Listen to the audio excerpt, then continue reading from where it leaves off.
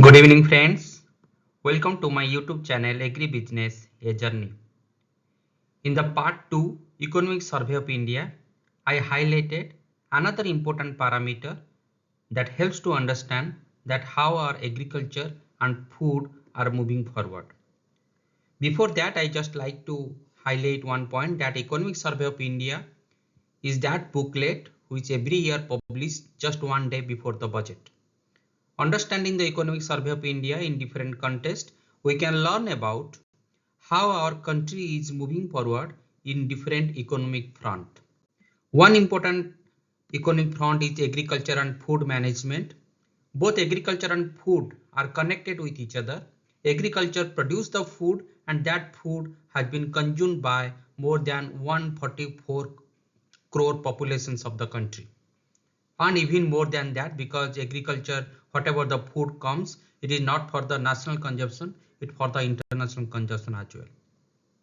In this context, the food management is important one to learn about.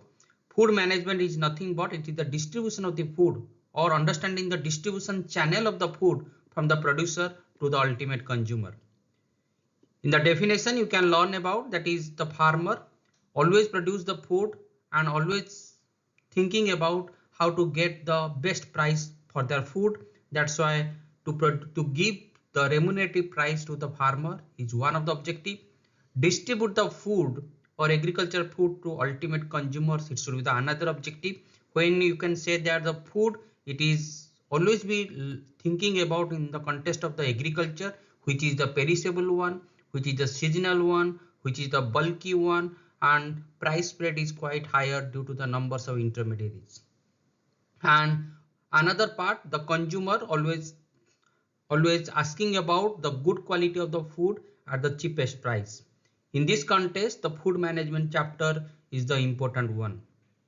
Some of the data that has been highlighted in economic survey this year, that is 2023-24, it has been observed that 262 lakh metric ton of wheat has been produced and the livelihood has been connected, that is 22.42 lakh farmers depend on the wheat farming, whereas the rice, it is 489.20 lakh metric ton of the rice has been produced in the particular year and 98.26 lakh farmers has been connected with the paddy cultivation or the rice farming.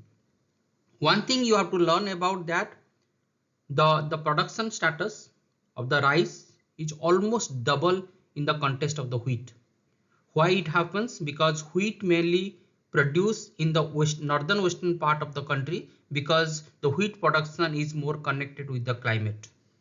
However, the rice production is a pan-India basis. You can find the rice in the Assam, you can find the rice in the Chhattisgarh, Odisha, West Bengal, and you also find the rice some belt of the Tamil Nadu, Andhra Pradesh, and in the another part is the, you all know that, the Punjab. Government decides to provide free food to 81.35 crore beneficiaries. Almost, you can say that almost more than 60% of the populations what we have that are getting the free food from the government machineries, and for that sake government incur around 11.80 lakh crore financial outlay to provide the food to the ultimate beneficiary. You can say that the beneficiary who are really vulnerable, almost 81.35 crore populations are getting the food by the proper food management system of the government. That's why the economic cost for the rice, it is around 4,000 per quintal, whereas for the wheat it is around 2,709 rupees. You have to learn about that what is the economic cost, why it is so much high for the rice and wheat, or why it is in between the 4,000 or 2,700 for the wheat. That's why you should know about the economic cost. Economic cost is nothing but the handling grains depends on their procurement, how you procure the food, how you stock the food in the FCI or any type of the institutions that has been decided by the government. You all know that food grain mainly controlled by the Food Corporation of the India, whereas the oil seed and the pulses has been controlled by the NAFED. They procure the food and manage their procurement and the hoarding process. And at the cost of the productions of the crop, the different type of cost that has comes into picture, that is the labor cost. Day by day it has been increased.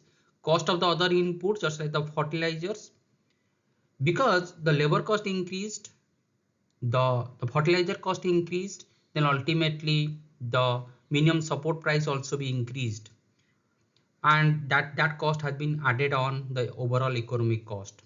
When the cost of the procurement, you all know that, then you should know that the wheat and rice, when coming to the mandi system, then different of the charges has been added on.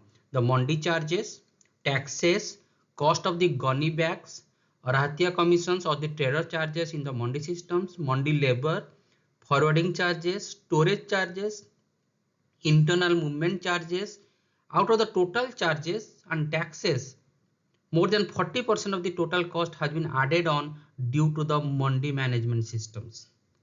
Then last part, you all know that when the procurement has been completed, then ultimately it has been going to the ultimate beneficiary through the PDS systems. When PDS systems has been product has been moving on, or the you can say the rice and wheat has been moving on in the PDS systems, then different of the leakages, high administrative cost, corruptions and the management, all cost has been added on. The cost including the opportunity cost of resources diverted for subsidies, because one area you procure the food grain at the higher cost because minimum support price has been increasing day by day, and another part you are giving the food at the cheapest price. That difference is called the subsidies, and that money can be diverted to other infrastructural development, or you can say that the long-term investment.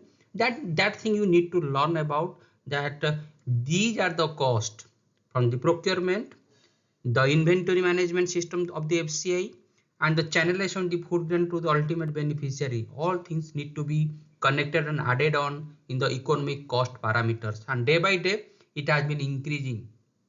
And higher the economic cost, the you know that our subsidies, our food subsidy bills all will be increased. And as the agribusiness management professionals, we have to always think that how to minimize that the distribution cost in every parameters. Then and then only you can justify the efficiency of the system, and our beneficiary will get the good amount of the money from their production systems. Okay, thank you all. Thank you watching my video.